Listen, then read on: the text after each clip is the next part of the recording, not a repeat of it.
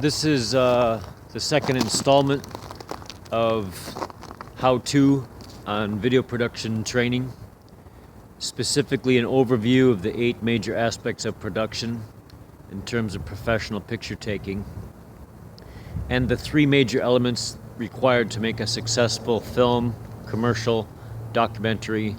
They're all basically the same. Music, footage, story. Those are the 3 things that are required to make a successful project. Or, quality music, quality story, quality footage, and you've got a quality production. The specific elements for professional picture taking are, number 1, content. Quality content. Beauty, adventure, mystery, entertainment, education. Choose your content wisely, because that carries the whole boat. Pick something you have enthusiasm for, because enthusiasm goes up and down, and when it's down, you got to have something that you're really vested in, or that you're really passionate about. So that's number 1. Number 2 is composition, making sure that the main aspects are in the tic-tac, or the rule of thirds. You can Google it. The screen's divided into a tic-tac-toe pattern. You want to put the main things in this hot spot, here. This is where the major things go.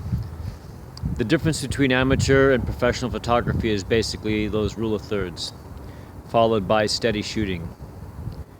And then you have lighting and sequence building, field of view, and depth of field. Field of view is how much you're giving the audience in terms of vastness. In the old days, resolution was narrow. Nowadays, it's wider, like a theater screen. So that's field of view. Depth of field is when you have this layer right here, that layer there, that layer way back there. So you've got 1, 2, 3, 4, 5 different layers or more. That's depth of field. Then you've got the lighting. In general, you want the lighting to your back, but in this case, I love the sun there. So we got content, composition, steady shooting, lighting, depth of field of view, and then sequence building.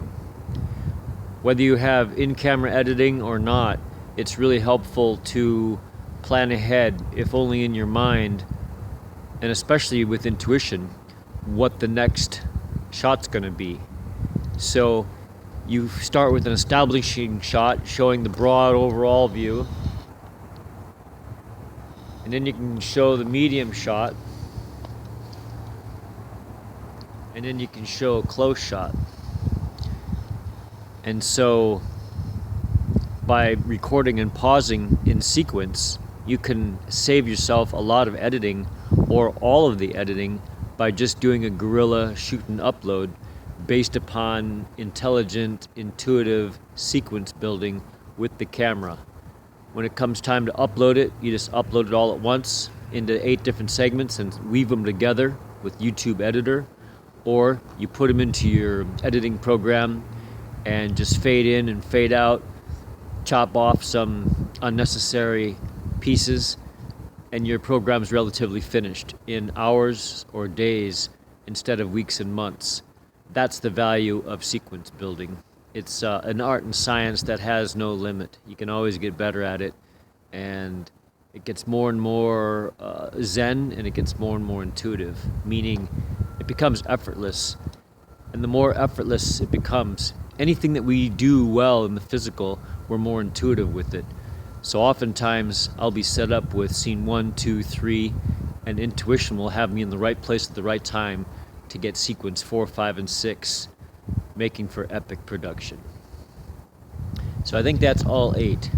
Content, composition, steady shooting, lighting, depth of field of view, and sequence building. I think the 8th one's in-camera editing, which we can go over later. I want to keep these short. Over and out. Last note, touchscreen technology sensitive gloves. Yeah.